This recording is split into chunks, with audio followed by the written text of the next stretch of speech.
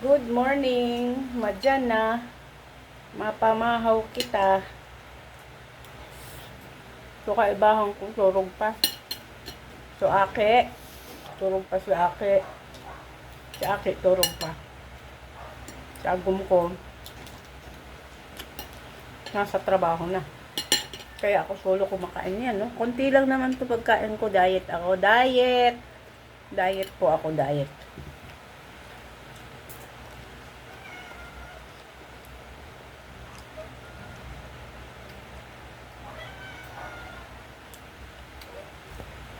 Ang daming pusa dito sa kamay pa ako. Nag-iiringaw.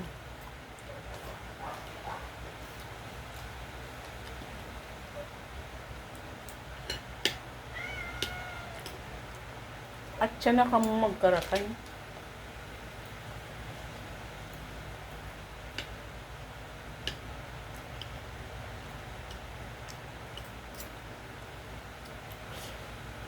Malapit na yung ano ko, PET scan.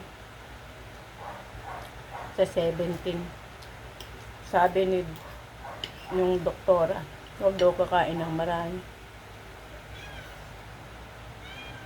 Moderate lang daw ang kain. Moderate lang naman to nasa plato ko. Tama na to. Hindi na ito madadagdagan.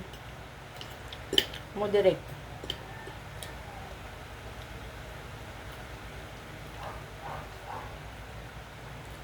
At talaga kumain sa harap ng camera, no? Kailangan ko sa kumain, eh. Kahit sa harap ako ng camera kumakain.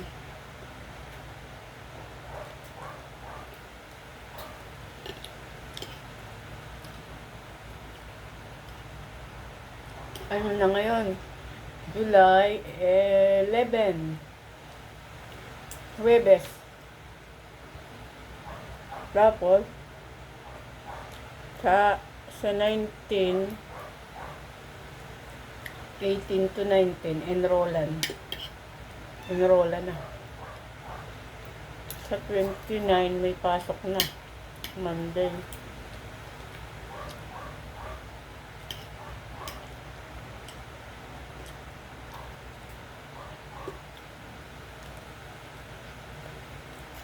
Ito lang kinakain ko sa umaga.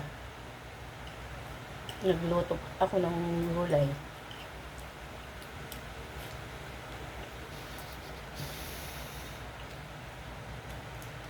Diet yan.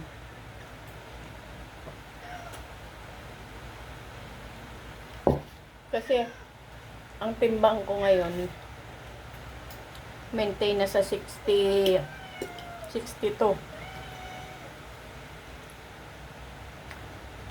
Dati nun, ang timbang ko 78 eh. Tapos sobra-sobra akong kumain. Kain puro ulam ko manok, langgumisa, hotdog, tapos may soft drinks pa. Sarap kumain pag may soft drinks eh. Hindi ako kumakain dati na walang soft drinks. Ngayon hindi na. Bawal eh. Nakakataas ng sugar, soft drinks. Tapos ang dessert, mangga. May pinya, may lagay ko sa pinya, may lagay ko sa mais. Nagpapataas pala yun ng sugar. Kakain ko ng kanin, tapos nag-merienda ako ng mais. Nalagawa ko ng mais, naubos ko yun. Tapos yung saging, isang piling.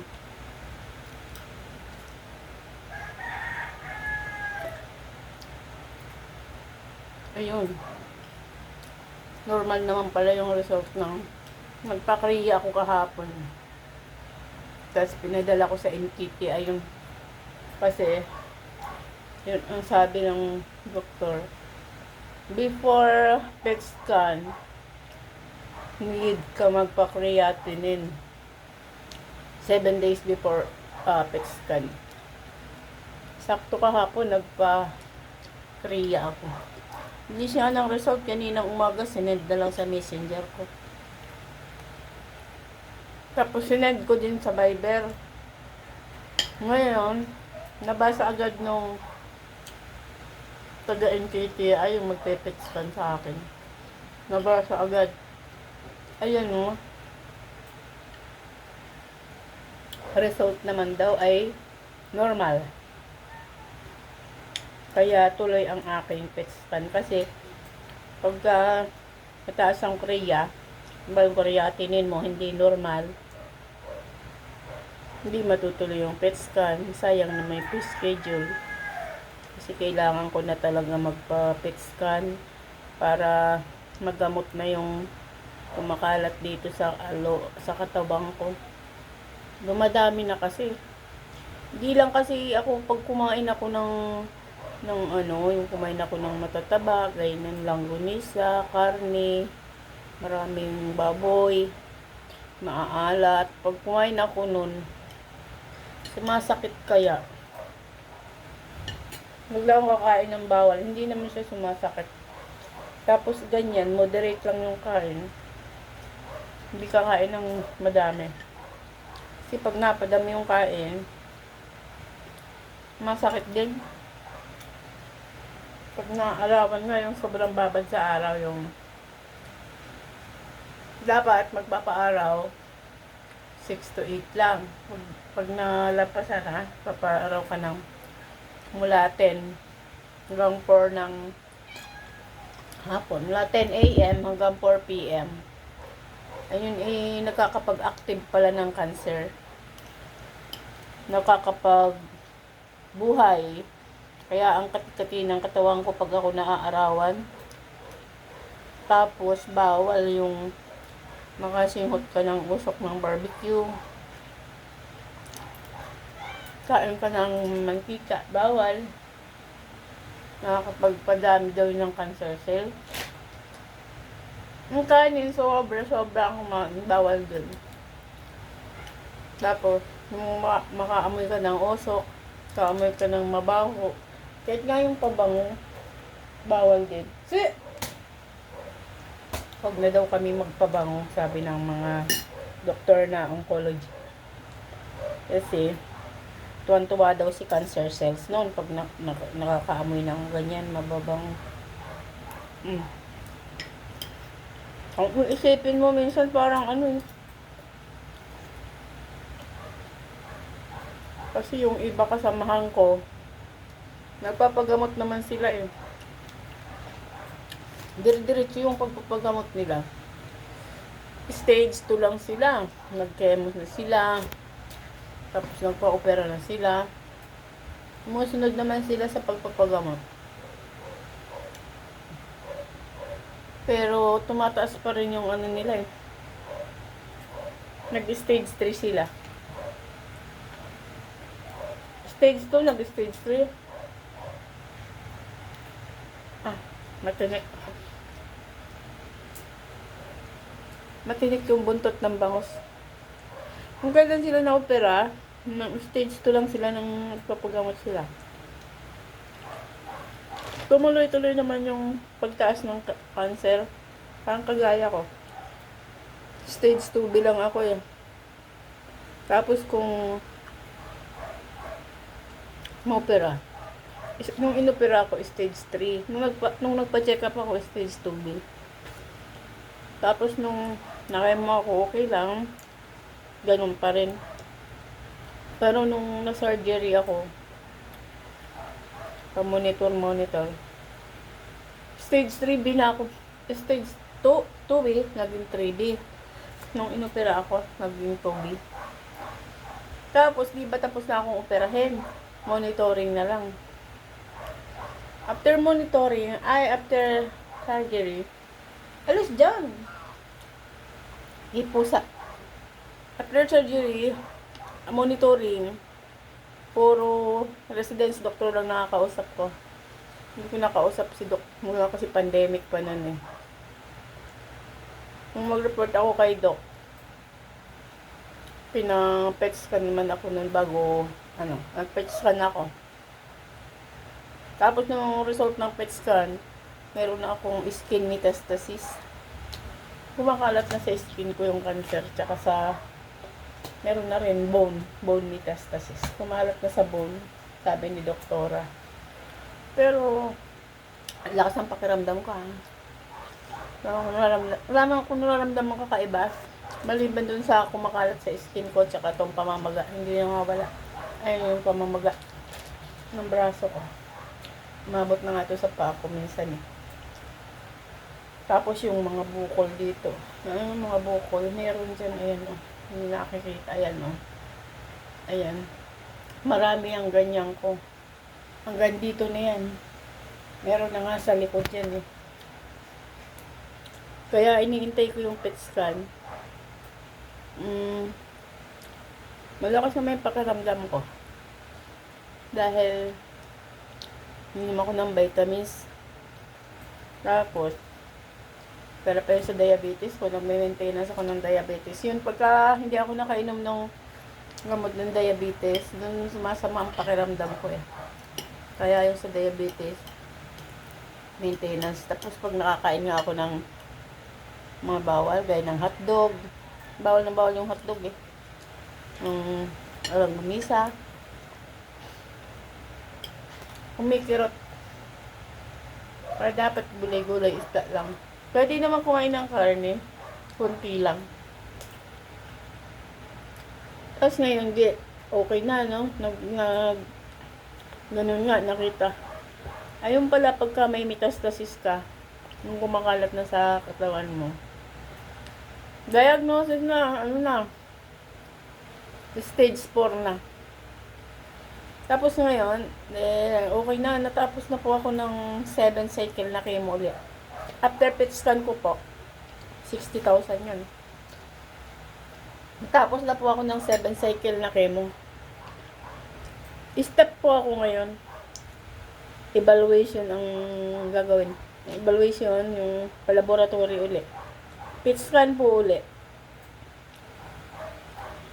Kaya, ayun, nagpa-creatinine ako kahapon. Tapos, okay naman yung result.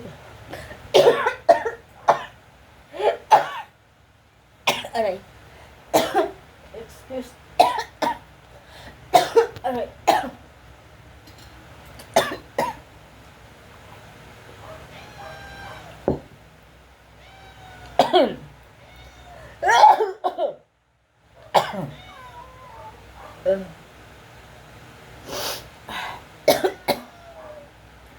Okay naman po yung result ng creatinine.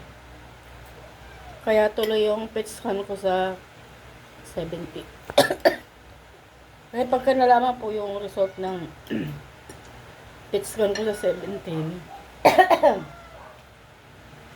saka pa lang po malalaman ko kung anong gagawin sa akin. Kung itutuloy po yung chemo o ano. Kung itutuloy po yung chemo o kaya magpapalit po kasi ng gamot. Papalitan lang po yung gamot. Kasi tataka yung doktor bakit di gumagaling yung ano ko. Di po siya gumagaling. Pero nawala po yung mga kulani. Yung mga bukol-bukol, madami po akong bukol dito before chemo. Nawala po lahat yun. Yung dito lang po ang hindi nawawala. Pagka tumigil po yung chemo, naglilitawan na po sila. Kumakapal po ulit yung balat ko. Kaya kailangan po talaga chemo. Chemo lang po talaga yung nakakapagpagamot. Walang iba.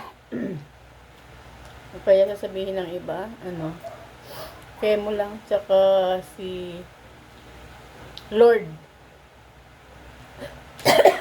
Yun. Pagdarasal. Yun ang nakakapagpagaling. Ito yung ubos na yung kanin ko. Gutom pa ako eh. Hindi na kasi ako naghahapon na ng kanin.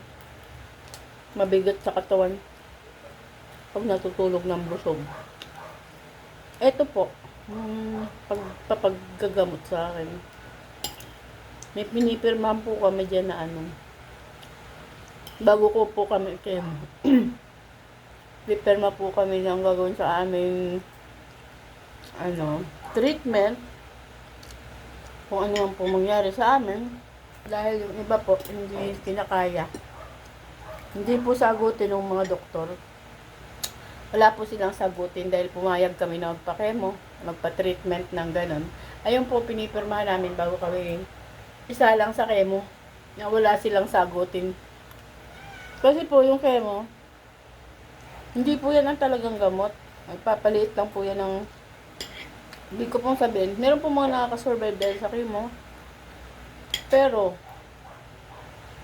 wala po talagang gamot sa cancer. Hindi, hindi pa po natutuklasan. Uncurable.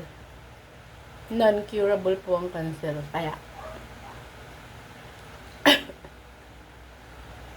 malakas lang po yung resistensya ng mga nakakasurvive. Kaya yung mga treatment. Kasi pag minsan po, yung tao mahina ang puso, mahina yung kalooban, doon po sila bumibigay. Minsan heart attack dahil sa takot. Salamat po sa magulang ko at pinalaki ako ng matibay po yung immune system ko. Malakas ang resistensya. Kaya malaban po. Laban. Pag natalo po sila, nakikipaglaban po ako dun kami, ibig sabihin. Kaya po warrior. Kaya warrior ang tawag, nakikipaglaban kami sa cancer. Pag natalo sila, panalo kami. Pag panalo sila, walay kami, paktay, ganon. Ganon po yun.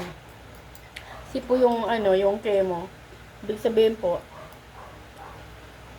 tinutulungan lang kami na hindi kami maghirap sa aming dinadalas na cancer at saka may gumagaling po. Inaabot po yun ng tuloy-tuloy po yung chemo. 14 years nga po yung isa kong kasamahan. 14 years na po siya nagkikemo. Wala pong tigil. Continuous po. Pero malakas pa po siya. Pagka bumigay po yung katawan, kaya kailangan lagi malakas ang resistensya. Ingat. Yung mga bawal wag gagawin. Ganon po. Kung gusto nyo pang tumagal ang buhay nyo. Tsaka importante po yung alalay ng pamilya.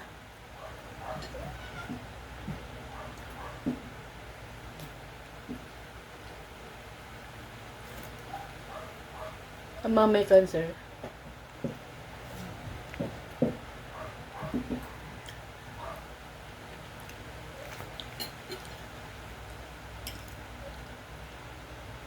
Naubos ko na, nagdadrama ako eh. Ayun lang po, kung kayo may magsabi sa inyo ng doktor na bawa na-diagnose ka mo may bukol. Sinabi sa inyo ng doktor na tanggalin, patanggal niyo po kaagad. Kasi ako po, pinatagal ko pa. Natakot po kasi ako nung una magpa-check up. Natakot po ako sa chemo, tsaka sa opera. Isang taon pa po yung lumipas po, bago ako nakapagpa-opera eh. Pero kung yun po pala ay antimano na tanggal na, pag sabi ng doktor, tanggalin yan. Hindi na po ako nag-second opinion kung ano-ano pa. Nag-therapy pa po ako eh, nag-herbal pa kaya. Lumaki po si bukol. Yung una po, kung sinabi ng doktor na tanggalin, dapat pinatanggal ko lang. Kasi mabilis po silang kumalat. Pag naandyan na po sila sa haluan, ang bilis po nilang lumaki. Linggo lang po. Sige po, next time na lang po ulit. Bye-bye.